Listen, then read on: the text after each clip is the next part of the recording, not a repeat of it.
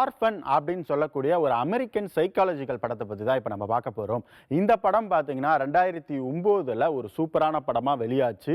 ஒரு 9 வயது பெண் குழந்தைய ஒரு ஜோடி தத்தெடுத்து வளர்க்குற மாதிரியான கதை அம்சம். இது பார்த்தீங்கன்னா ஒரு வித்தியாசமான கதை அம்சம். ஸ்க்ரீன் பிளே எல்லாமே பார்த்தீங்கன்னா எதிர்பாராத திருப்புமுனைகளை கொண்டது இந்த படம் அம்சம். சரி, அப்படியே இந்த படத்துடைய பார்ட் 2 ப்ரீக்யூ, அதாவது ஆர்ஃபன் ப்ரீக்யூ அப்படின்ற படத்துக்கு வருவோம். இந்த படத்தை பார்த்தீங்கன்னா ஏற்கனவே பாகம் 1 படத்தை எடுத்த ஜவுமி கலெக்ஸ் சேரா அப்படிங்கிற இயக்குனர் பார்ட் 2 எடுக்கல. இந்த ஆர்ஃபன் ப்ரீக்யூ அப்படின்ற படத்தை பார்த்தீங்கன்னா வில்லியம் பிராண்ட் பெல் அப்படின்ற இயக்குனர் தான் எடுத்திருந்தாரு. இந்த படம் பார்த்தீங்கன்னா 2022 வந்தது. ஆனால் இந்த படத்துடைய 3வது பாகத்தை பற்றி தான் இப்போ நம்ம பார்க்க போகிறோம். வில்லியம் பிராண்ட் பெல் தான் இந்த பார்ட் 3 படத்தையும் இயக்க போறாரு.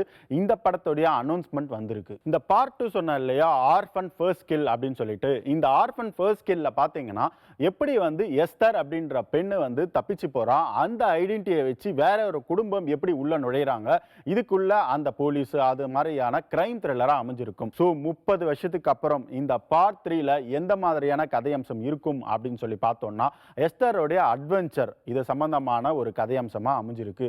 இந்த படத்துடைய ஃபர்ஸ்ட் லுக்கை பார்க்கும்போது ஒரு மிரட்டலா இருக்கு. ஸோ பொறுத்திருந்து பார்க்கலாம் இந்த படம் எந்த மாதிரி ஒரு தாக்கத்தை கிரியேட் பண்ணுதுன்னு.